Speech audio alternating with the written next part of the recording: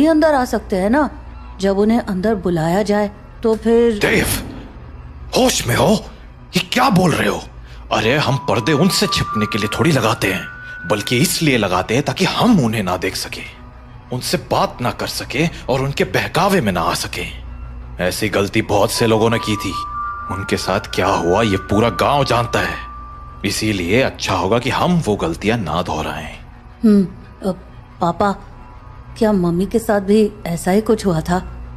क्या वो भी? 7 बज गए। जाओ जल्दी से जाके पर्दे लगा दो, वो लोग अब आते ही होंगे। हाँ।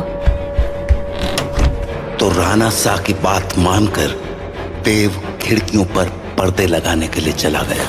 पर अभी वो पर्दे लगा ही रहा था कि उसने ऐसा कुछ देखा जिससे उसके होश उड़ गए। देव बेटा,